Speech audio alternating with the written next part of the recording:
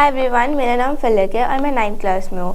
मैंने अपने age group के 14-15 इयर्स के बच्चे देखे हैं जिनको मेंटल हेल्थ इश्यूज़ होते हैं। तो उसी से रिगार्डिंग आज हम सर डॉक्टर मनोज विरमानी से थोड़े से क्वेश्चंस पुट करने वाले हैं, बिकॉज इनको 30 इयर्स का एक्सपीरियंस है। सो मैंने सोचा कि इनसे क्वेश्चंस पुट करने सही रहेंगे। So come on, let's get started. So first question है सर, 14-15 इयर्स के बच्चों को मेंटल हेल्थ इश्यूज़ प्रॉब्लम जो होती हैं वो कैसे डेवलप होते हैं? पहले तो मैं फलक को थैंक्स देना चाहूंगा कि इस एज ग्रुप के बच्चों के लिए आपने सोचा और मैं उसमें कुछ ना कुछ आपको हेल्प कर सकूं, तो मेरे को तो एक अच्छा एंथुसियाज्म जैसा लग रहा है कि बच्चे भी आज अवेयर है अपनी मेंटल हेल्थ को लेके। सबसे बड़ी बात है कि इस एज में जो स्टडी का प्रेशर रहता है, दूसरा जो हार्मोनल चेंजेस हो रहे हैं, दो, तीसरा घर से जो एक स्ट्रेस आता है कि भाई इतने नंबर आने चाहिए, इतने मार्क्स आने चाहिए, ये आना चाहिए, वो आना चाहिए। फिर कैरियर का भी जो स्टेप है उसी समय शुरू होता है। और आजकल तो कंपटीशन एग्जाम इतने नेक टू नेक कंपटीशन है, जो काम हमें +1 +2 में जाके करना चाहिए, हमें क्या कहा जा रहा है कि फ्रॉम 8th ऑनवर्ड्स आप कोई कोचिंग इंस्टीट्यूट ज्वाइन कर लो, कोई ऐसी टेस्ट सीरीज ज्वाइन कर लो, ताकि हम अपना टारगेट जो हमको डॉक्टर बनना है, इंजीनियर बनना है, जो भी बनना है, पर उस सारे में से क्या हो रहा है कि मेरी 8th की, 9th की, 10th की पढ़ाई तो छूट रही है ना। तो वो अपने में कितना बड़ा एक स्ट्रेस है। तो मुझे लगता है कि पेरेंट्स को भी और बाकी सब जो व्यूअर्स है उनको इन बच्चों के बारे में भी सोचना चाहिए कि ये मशीन नहीं है, ये बच्चे हैं। नेक्स्ट क्वेश्चन ये है कि इस ग्रुप के बॉयज एंड गर्ल्स के लिए कॉमन मेंटल हेल्थ इश्यूज क्या होते हैं? देखिए, कॉमन हेल्थ इशू एक ही है। एक तो सबसे बड़ी चीज है बिहेवियरल इशू। आपका बिहेवियर कैसा है, क्लास में कैसा है, सोसाइटी में कैसा है, फैमिली में कैसा है, या लोग आपके बारे में क्या परसेप्शन बनाते हैं। एक तो ये स्ट्रेस रहता है कि सपोज मैं फलक का एग्जांपल लेता हूँ। फलक आज ये कपड़े पहन के बैठी है और किसने बोल दिया फलक बहुत अच्छी लग रही है, तो फलक को क्या लगता है, ओह मैं तो बहुत अच्छी। और किसने बोल दिया अरे यार फलक तू ना इसकी जाए ना ये पहनती ना, इसके ऊपर ये और पहनती ना और अच्छा लगता। फलक को क्या लगने लगा कि मेरा ड्रेस सेंस अच्छा नहीं है। ये मैं कॉमन बात कर रहा हूँ, मैं ये इसको कमेंट कर रहा हूँ कि यही सब कुछ है। दूसरा, क्लास में कभी कभी हम पढ़ रहे होते हैं, पढ़ते पढ़ते टॉपिक समझ में भी आया होता है, पर जब हमने टेस्ट दिया और लिखते लिखते क्या हुआ कि कहीं कोई पॉइंट मिस हो गया किसी कारण से, और मैम ने नंबर दिए, मेरी उम्मीद थी मुझे 100 में से 80-90 आने वाले थे, पर मेरी एक छोटी सी मिस्टेक से मेरे नंबर 50 हो गए। तो मुझे क्या लगता है, इतना पढ़ा फिर भी नंबर कम आए, और किसी क्लासमेट ने बोल दिया तो और हो गया। दूसरी बात क्या है कि मैंने पहले भी कहा कि हार्मोन अपने आप में मूड स्विंग्स लेके आते हैं। इन केस ऑफ फीमेल्स इसी समय में पीरियड्स आने की 1-2 साल पहले पीरियड शुरू होते हैं, तो कभी कभी नीचे पेट में पेन भी होता है, फ्लो कभी कम ज्यादा भी होता है। इन केस ऑफ मेल्स क्या होता है, उनको दाढ़ी आनी शुरू होती है, उनके हार्मोन चेंज होते हैं, उनको अलग तरह के अलग इश्यूज आते हैं। उस समय कई बार शाइनेस होती है, हम अपनी बात किसी कर ही नहीं पाते, खासकर अपने पेरेंट्स को बोल ही नहीं पाते। तो वहाँ एक डर, एक एंग्जाइटी, एक स्ट्रेस, ये बहुत कॉमन रहता है। उसके करके स्टडी भी इम्पैक्ट होती है। ये कॉमन चीज है। अब आयुर्वेदिक के हिसाब से मेंटल हेल्थ को कैसे बैलेंस किया जा सकता है? बहुत अच्छा क्वेश्चन है। क्या हम अपने घर में आयुर्वेद को जीते हैं क्या? मैं आपसे पूछ रहा हूँ, जीते हैं क्या? मे बी और may be not. May be कैसे और मे बी नॉट कैसे? मेरे को इतना नहीं पता। लाइक हम जैसे आयुर्वेदिक में मेडिटेशन आती है, वो सब लाइक कभी कभी होता है, लाइक डेली लाइफ में नहीं होता। मैं इसको दूसरे तरीके से फलक को के साथ साथ आप सब बच्चों को भी बताना चाहूंगा कि आयुर्वेद क्या है। It's a way of life, how to live healthy life. तो सुबह जल्दी उठना चाहिए, हम उठते हैं क्या? रात को टाइम पे सोना चाहिए, हम रात को सोते हैं क्या? यदि हम वो चीजें फॉलो करेंगे। अच्छा, डाइट में अभी हम क्या करते हैं, सुबह उठ के स्कूल जाना है, जल्दी है, थोड़ा लेट उठे तो क्या होता है, मामा जाना है जल्दी, अभी नाश्ता वास्ता नहीं करना, जाने तो फटाफट। जब हम नाश्ता नहीं करते तो ब्रेन को डाइट नहीं मिलती है, न्यूट्रिशन नहीं मिलता है, तो क्या होता है, जब ब्रेन खाली है तो स्ट्रेस तो अपने आप आएगा, एंग्जाइटी तो अपने आप आएगी, स्टडी में स्ट्रेस तो आएगा ही आएगा। तो आयुर्वेद कहता है कि यदि हमको ठीक रहना है तो सुबह उठ के हम थोड़ा जल्दी उठे, सैर कर सकते हो सैर करें, योगा कर सकते हो योगा करें, जिनको जिम का शौक है वो जिम भी करें। पर जिम इस एज में थोड़ा इनिशियल स्टार्टिंग होती है, एकदम मसल मास बनाने की ज्यादा कोशिश नहीं करनी चाहिए। प्लस डाइट में दूध है, घी है, बादाम है, वो सब खाने चाहिए instead of eating junk foods. तो ये अर्थ का एक बेसिक प्रिंसिपल मैंने बताया। डिस्कशन में और निकलेगा तो और भी बताऊंगा। नेक्स्ट क्वेश्चन, क्या आयुर्वेद में ऐसे हर्ब्स या रेमेडीज हैं जो स्ट्रेस को रिड्यूस करते हैं? मैं एक बात कहता हूँ कि इस एज में किसी भी प्रकार की मेडिसिन का उपयोग नहीं करना चाहिए, क्योंकि अभी आपकी एज ग्रोइंग है। आप दवाइयों से ग्रो करना चाहते हैं या खुद से ग्रो करना चाहते हैं? अभी एक हम एग्जांपल लेते हैं एक पेड़ का। जो पेड़ जंगल में होगा उसको कौन दवाई दे रहा है, उसको कौन खाद दे रहा है? तो ग्रो कर रहा है ना, वो ग्रो कर रहा है, उसका जो फ्रूट है वो ज्यादा टेस्टी होता है। इंस्टेड ऑफ जिस पेड़ को हमने एक प्लान एनवायरनमेंट में किया, उसकी इम्यूनिटी उतनी ज्यादा नहीं होगी। यदि बच्चा खुद से फाइट कर रहा है, बच्चा खुद से स्ट्रगल कर रहा है, बच्चा उस एनवायरनमेंट को संभाल रहा है। सिर्फ मैंने पहले ही बात की कि डाइट आपकी यदि ठीक है, आपका न्यूट्रिशन ठीक है, तो मुझे लगता है किसी आपकी जरूरत है। तो भी लगता है कि भाई ऐसा कुछ लग रहा है, तो जैसे अश्वगंधा है, एक ब्राह्मी है, हम उसका शरबत बना के पीने के बजाय वो हम फ्रेश हर्ब्स लाएं, उसको घर में बॉयल करें और उसको ही पी लें, दूध में डाल के पी लें। पर वो सब भी कैसे करना है, under the supervision of Ayurvedic doctor, कहीं ओवरडोज ना हो जाए, कहीं अंडरडोज ना हो जाए। अब थोड़ा सा लाइफस्टाइल और डाइट के बारे में बात करते हैं। क्या डाइट मेंटल हेल्थ को अफेक्ट करती है? 14-15 साल के बच्चों के लिए आइडियल डाइट क्या होनी चाहिए? पॉइंट क्या है कि आइडियल डाइट क्या है और आइडियल लाइफस्टाइल क्या है। मैंने शुरू कहा कि सुबह थोड़ा सा जल्दी उठ जाए, ब्रह्म मुहूर्त में उठना होता है, पर हम सोते लेट है तो इसलिए उठते लेट है। और अभी क्या है कि हम रात को पूरा 4 बजे तक सुबह तक पढ़ेंगे, फिर सोएंगे, तो उठेंगे कितने बजे?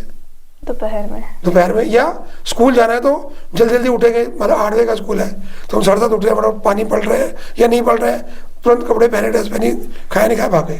तो ये गलत है। मैं आपको अपने अनुभव से भी और मेरे जो पेरेंट्स के अनुभव से भी बता रहा हूँ कि वो कहा करते थे कि रात को कहीं ना कहीं कोई टीवी चला रहा होगा, रात को कहीं ना कहीं कोई बातचीत हो रही होगी, घर में कोई डिस्कशन हो रही होगी, जागरण हो रहा होगा, पर जब आप सुबह 4 बजे उठ के पढ़ते हो तो उस समय कोई नहीं हो रहा होता, सब सोए होते हैं। सब आप उठे तो 4 से 6 2 घंटे पढ़ो, थोड़ा सा सैर करो, फिर नहाओ धो और तैयार होकर स्कूल को निकल जाओ। तो ये जो लाइफस्टाइल है, और रात को यदि आप सो गए 10 बजे तो पक्की बात है सुबह 4 बजे नींद खुली जाएगी। स्कूल से आए हो तो दोपहर को 1 घंटा लैप, एक नींद का 1 घंटा लैप लेनी है तो ले सकते हैं। डाइट में दूध है, बादाम है, घी है, मक्खन है, फ्रूट्स है, फ्रेश फ्रूट्स है, ये जितने यूज कर सकते हैं उतना आपका चेहरा भी ग्लो करेगा और बॉडी में स्ट्रेंथ भी रहेगी और स्ट्रेस भी नहीं रहेगा। पर आजकल तो क्या है कि हमें क्या चाहिए। नेक्स्ट क्वेश्चन है, क्या जंक फूड या ड्रिंक्स होती हैं वो मेंटल हेल्थ को खराब करते हैं? बिल्कुल करती हैं, और बताता हूँ क्यों करती हैं। हम ये सोच के कोक जैसा ड्रिंक पीते हैं या कॉफी पीते हैं कि हमें एनर्जी आएगी, वो एनर्जी टेम्परेरी है, पर वो आपके ब्रेन को ड्राई कर रही है, ड्राइनेस आ रही है। जब ड्राइनेस रहेगी तो क्या होगा, एक कपड़े का एग्जांपल लेते हैं, यदि कपड़े में धूप में बहुत दिन तक ड्राई हो गया तो ये चीड़ा हो जाता है, चीड़ा समझते हो, रफ सा हो जाता है। जब कुछ रफ होती है तो चुभती है। तो ऐसे यदि आपके अंदर ड्राइनेस है तो क्या होगा, ब्रेन में स्ट्रेंथ नहीं होगी। किसी ने कुछ भी बोल दिया ना हल्का तो एकदम इरिटेशन आती है, गुस्सा आता है। और ये आप सबने नोट किया होगा कि कोई आपकी मन मर्जी की बात ना कहे या कोई ना तो क्या आता है, फाड़ में जा, तेरी नहीं सुननी, तू मेरा अच्छा दोस्त नहीं है। या पेरेंट्स को भी हम कुछ बोलते हैं तो वो क्यों बोलते हैं, क्योंकि ब्रेन में हमारे पास स्ट्रेंथ नहीं है। तो जंक फूड जितना मिनिमम खाएंगे, मैं ये नहीं कह रहा कि आज के युग में सब बच्चे खा रहे हैं और आप ना खाएं, मैं मना भी नहीं कर रहा हूँ, पर ये भी कह रहा हूँ कि वंस इन ए वीक आपने कुछ खाया तो चलेगा, पर डेली वंस खा रहे हैं या साथ में हर डाइट के बाद आपको पानी की जगह पे कोल्ड ड्रिंक चाहिए, that is wrong. Next question, Ayurvedic के हिसाब से रिलैक्सेशन और बेटर फोकस के लिए कौन सी डेली प्रैक्टिसेस करना जरूरी है? देखो, रिलैक्सेशन तो सबसे बड़ी बात यह है कि यदि आपकी नींद पूरी है ना, आपको योग निद्रा कहें या अपनी पूरी नींद कहें, यदि 8 घंटे की नींद मुझे मिली है ना तो फिर सबसे बड़ा रिलैक्सेशन तो वहां से हो जाता है। दूसरी बात क्या है कि व्हेन यू आर अनफोकस्ड, मतलब अभी हम दोनों बातचीत कर रहे हैं और आपके दिमाग में चल रहा है कुछ और, तो आप मेरे से क्वेश्चन पूछ ही नहीं पाओगे ना जो आपको पूछना है, ये वो डेप्थ नहीं आएगी सब्जेक्ट की जो आनी चाहिए। तो उसके लिए एक ही छोटा सा एग्जांपल है कि आप दीवार पे एक बिंदी लगा दें, कोई भी व्हाइट वॉल पे एक छोटा सा पेन से डॉट लगा दें और कुछ नहीं करना, उसी को देखना है लगातार। क्या होगा, थोड़ी देर में आपको क्या लगेगा, वो छोटी सी बिंदी इतनी बड़ी हो गई, क्योंकि बड़ी नहीं, बिंदी तो उतनी है, पर आपको क्या है कि आसपास की बाकी सब चीजें दिखनी बंद हो गई, फोकस हो जाएगा, वो 100% फोकस हो जाएगा। आपने कहीं माइक्रोस्कोप देखा है? अभी जब +1 में आओगे स्कूलों में माइक्रोस्कोप होते हैं, लैब में माइक्रोस्कोप होता है, उसके नीचे हम छोटी सी वो चीज रखते हैं ना। माइक्रोस्कोप में हम क्या देखते हैं, जो माइन्यूट चीजें जो नंगी आंख से नहीं देखी जा सकती, उसको माइक्रोस्कोप से देखते हैं। पर कभी लेंस देखा होगा आपने, लेंस छोड़ो, ये चश्मा हमारा है, आपका या मेरा है। अभी मैं ऐसे देखूंगा तो मुझे छोटे बारीक अक्षर नहीं दिखेंगे, पर क्या होगा, ऐसे करते क्या वो दिखने शुरू होते हैं। तो फोकस भी यही है कि आपका जो एक मिशन है ना, बस मतलब फलक 9th में है, फलक ने टारगेट किया कि मुझे 9th में 98% या 99% मार्क्स चाहिए, ये उसका फोकस है। उस फोकस के लिए आप क्या कर रहे हो, तैयारी कर रहे हो कि नहीं कर रहे हो, प्लानिंग कर रहे हो कि नहीं कर रहे हो। अभी बात करूं, जिस कैमरे में हमारी रिकॉर्डिंग हो रही है वो भी फोकस कर रहे हो, फोकस कर, तभी तो हम दोनों दिख रहे हैं उसके अंदर। तो ये फोकस इस दोनों चीजों से होगा। पहला कि हम अपनी नींद पूरी करें, दूसरा यदि फिर भी नहीं हो रहा है तो किसी एक पॉइंट पे, बिंदु पे फोकस करें हम। क्या हर एज के लिए? हर एज के लिए नहीं। देखिए, मैं आपसे एक सिंपल एग्जांपल पूछता हूँ, आपके घर में एक छोटा भाई भी है, आप बहुत पीछे जाओ तो जब वो भाई आपका मतलब 6 महीने का था, 8 महीने का था, वो कितने घंटे सोता था? दिन में से 20-20 घंटे सो जाता था। सिर्फ दूध पीने के लिए उठा, थोड़ा सा हल्ला गुल्ला किया, फिर सो गया। पर जब वो थोड़ा और बड़ा हुआ तो नींद कम हुई, और बड़ा हुआ और कम हुई। आप खुद से देखो कि अभी क्या होता है, स्कूल जाना है जी इसलिए उठना है, पढ़ना है इसलिए उठना है। पर यदि रात को हम टेंशन फ्री होकर सोते हैं तो 8 घंटे की नींद बड़े आराम से आती है। पर जैसे मेरी एज है, मेरी एज में 6 घंटे की नींद भी मेरे लिए सफिशिएंट है। पर कभी कभी हम न्यूज सुनते हैं तो हमारे जो PM है मोदी जी, नरेंद्र मोदी जी, हमें सुनने को मिलता है कि 3 से 4 घंटे ही सोते हैं, 18-20 घंटे काम करते हैं। How it is possible? Age का फैक्टर है। बच्चों के लिए 8-9 घंटे की नींद मतलब सफिशिएंट है, पर इतना नहीं सोना। और इस एज में क्या, आपकी एज में क्या होता है कि सोने को ज्यादा मन करता है। जब मौका लगे, यदि कोई काम ना तो आप 24 घंटे भी सो सकते हो, पर नहीं सोना, उससे आपकी प्रोडक्टिविटी खत्म होती है, आलस आता है, काम करने की तरफ फोकस कम होता है और कुछ भी बहाने मारने की तरफ ज्यादा होता है। तो यदि हमको स्टडी करनी है तो हमको 8 घंटे की नींद सफिशिएंट है। और एक बहुत मेन क्वेश्चन है, स्क्रीन टाइम और मोबाइल का मेंटल हेल्थ पर क्या इम्पैक्ट होता है, इससे कैसे कम करा जाए? मैं फलक से एक ही बात पूछता हूँ, चश्मा आपको भी लगा, चश्मा मुझे भी लगा। मुझे चश्मा लगा 42 की एज में जाके, और फलक तो अभी 14 साल की है। आपको कब लग गया? मेरे को 1 ईयर हो गया ना। उसके पीछे 2-3 कारण हो सकते हैं।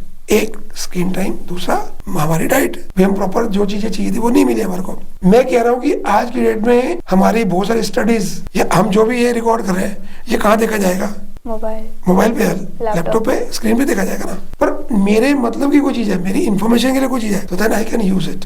But when I'm sitting idle and watching some movies or some reels or something, वो भी बिना बात की, जो मेरी लाइफ से उसका मतलब नहीं है। किसी ने कोई मजाक का वीडियो बनाया, मेरे को कुछ मतलब नहीं उससे। कोई कुत्ते के साथ किसी ने कोई छेड़खानी कर दी, तो उससे मेरा क्या मतलब है? मेरे स्टडी से या मेरे काम से, मेरे फोकस से कुछ मतलब है, तो जरूर स्क्रीन यूज करनी चाहिए, पर उसकी भी एक लिमिट है। मैक्सिमम एक बार आधा घंटा यूज करके वो स्क्रीन बंद होनी चाहिए, फिर से दोबारा यूज करनी है तो फिर कर सकते हैं। और जितना आप अपनी बुक्स में जाओगे उतना ज्यादा अच्छा है, और स्क्रीन पे जाएंगे तो उतने, देखो मोबाइल में अक्षर कितने छोटे दिखते हैं, अभी हम बुक में पढ़ते हैं तो इतनी बड़ी बुक होती है तो उसमें पूरा बड़ा बड़ा दिखता है। मोबाइल में क्या होता है कि हमारी जो वो है ना आईज की विजन, पीपल जो हमारी वो फिक्स होकर एक छोटे पॉइंट में फिक्स हो जाती है। उससे क्या होता है कि ब्रेन की नर्व्स जो है उस पर स्ट्रेस आता है, फिर से दर्द होना शुरू होता है, फिर बाल सफेद होना शुरू होते हैं, फिर आंखें यूं दबी दबी सी नजर आती हैं। क्यों भाई? हम जब जवान हो रहे हैं, ग्लो में आने चाहिए, ना कि यूं आने चाहिए। अभी आपने बताया कि हमें मेडिटेशन करनी चाहिए, तो क्या मेडिटेशन या योगा 14-15 इयर्स के बच्चों के लिए इफेक्टिव है? मैं तो कह रहा हूँ 4 साल के बच्चे के लिए इफेक्टिव है। और इसमें कौन से पोजेज हैं या टेक्निक्स हैं जो आप रिकमेंड करते हैं? सूर्य नमस्कार एक आसन है जिसमें कुछ 10 पोज में करते हैं, कुछ 12 पोज में भी करते हैं, पर कोई इशू नहीं है, वो 10 में करो 12 में करो, उसमें पोस्चर का ही है। यदि यंग बच्चे सूर्य नमस्कार कर लें किस समय? जब सूर्य उदय हो रहा है। जैसे आजकल सनराइज होता है 7:15 to 7:20 के बीच में सनराइज हो रहा है, और वो आपके उठने का टाइम ही होता है उस समय। यदि रात को पढ़े भी हैं और सुबह फ्रेश होके ब्रश करके आधा पौना ग्लास पानी पी के और थोड़ा वार्म अप लेके और भगवान सूर्य के सामने ही जाके करना है। आप पार्क में जाके कर सकते हैं, वेल एंड गुड। नहीं कर सकते अपनी घर की छत पे कर सकते हैं, पर नीचे कुछ मैट चाहिए। उस 12 पोज के भी 13 साइकिल होते हैं। शुरू में पहली बार करेंगे तो 3 ही करने हैं, फिर 5-4 दिन 3 करने हैं, उसको 5 करना है, फिर 7 करना है, फिर 9 करना है, फिर 11 करना है, फिर 13 भी करना है। फिर उसके मंत्रास हैं, 13 मंत्रास हैं, वो चैंट कर दें। इतना यदि आप कर लेंगे तो आपकी मेंटल हेल्थ के साथ साथ आपकी फिजिकल हेल्थ भी बढ़ती है। और जिन बच्चों का एचपी कम है, खासकर गर्ल्स का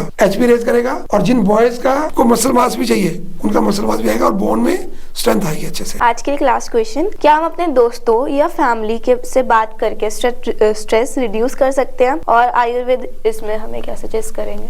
ये तो बहुत बड़ी बात है कि मेरा परिवार आदर्श परिवार, अभी मैंने बहुत बड़ी बात कही है। मेरा परिवार आदर्श परिवार, परिवार में कौन है? पापा है, मम्मी है, बहन भाई है, दादा दादी है, नाना नानी है, मामा मामी है, या इधर बुआ है, चाचा है, ये पूरी फैमिली है। लोगों ने क्या बोल दिया? मम्मी पापा, मैं और मेरा भाई, बस नहीं। क्योंकि हम 4 है तो हमारे तो वही बातें वही घूमनी है। Whenever you feel stress, तो आपको लगता है कि मेरे मामा ना मेरी सुनते बहुत है, मम्मी को कुछ कहना है तो मैं मामा के थ्रू कहलवा सकती हूँ, तो you can go to your mama और आप फोन पे ही बात कर सकते हो, या कभी उनको घर बुला सकते हो। तो वो बात करने का ढंग है, वो आपको बहुत अच्छे से सपोर्ट करेंगे और आपको मतलब उस स्ट्रेस से बाहर निकालना है। दूसरी बात, इस एज में हमें बहुत सारी बातों का पता नहीं होता। क्लास में कुछ बच्चे ऐसे होते हैं, कुछ हमारे सीनियर्स होते हैं, हमको किसी बात पे मिसयूज भी कर जाते हैं, और किसी बात पे हमको वो कुछ बोल जाते हैं और हमको पता नहीं होता कि हमको रिप्लाई क्या करना है। उसके लिए घर आके बात करनी है। और गुड टच बैड टच तो देखो बहुत छोटे बच्चों के लिए होता था, पर मैं अब भी कहता हूँ इस एज में भी बहुत सारी बातें ऐसी होती हैं जो लोगों को लगता है यार इनको क्या पता है, हम कुछ भी कर सकते हैं, तो वो भी घर आके बोलना है। कोई ऐसी बात जिससे आपको स्ट्रेस आ रहा है और आपको लगता है मैं किसी और से बात नहीं कर सकती,